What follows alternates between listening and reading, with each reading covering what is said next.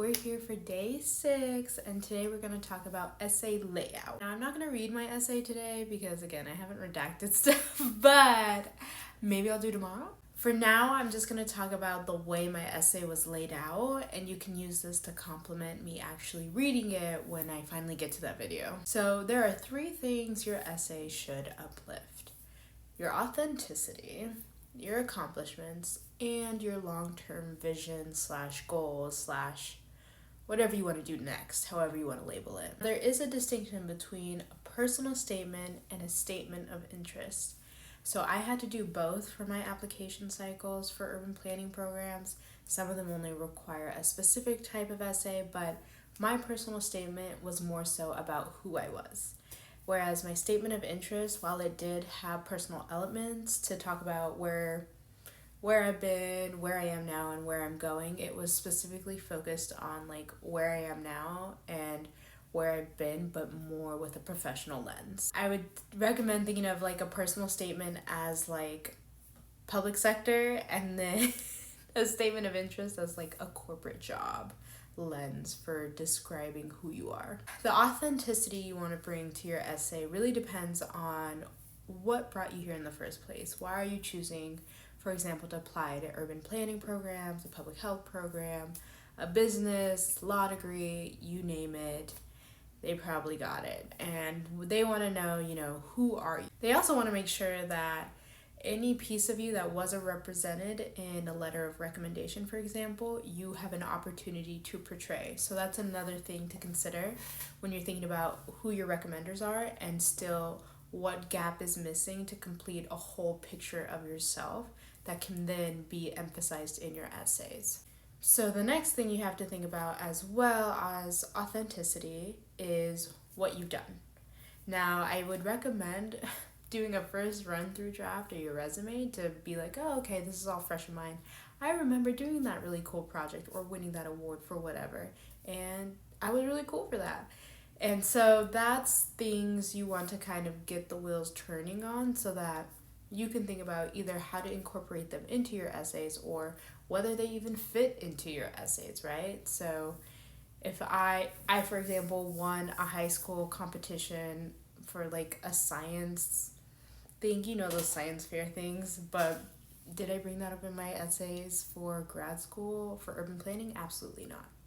However, what I did bring up is different lenses I use for talking about community development and what an equitable and accessible city looks like to me. So fundamentally, know your audience. That is my big takeaway. The other part of talking about where you are now, what you've accomplished today, is essentially highlighting those big names or the who you know aspect. Kind of like, hey, this is my flex, this is what I've done, here's why I'm connected to this space already. So making that connection for people in their heads, like, oh, they're already somehow affiliated, they would thrive here, is kind of a distinction you want to make when you're talking about being an applicant to a program. For me, as an example, that was pointing out that one of the courses I took for undergrad was actually with a Loeb Fellow, and a Loeb Fellow is essentially a Harvard fellowship for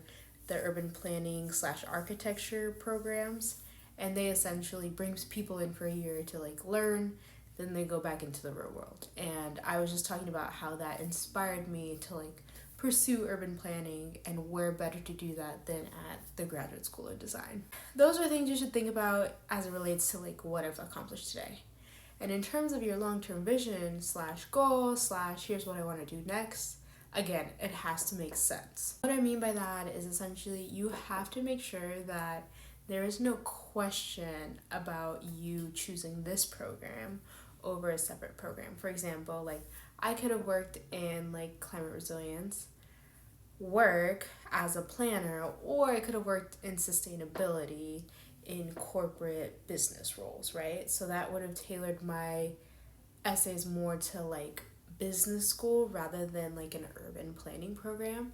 So it's making sure you have that distinct language that kind of puts you in the know of whatever graduate program you're pursuing versus like something else where they'd be like, oh, actually you'd probably be a better fit in this area, and therefore it doesn't seem like it's a good fit. In addition to that long-term vision or goal, another thing that really stands out to reviewers is your research, right? So when I was applying to NYU, I looked into urban planning firms that were focused on community focused urban planning work. For example, Hester Street is a pretty well known one, and they also had strong ties to NYU.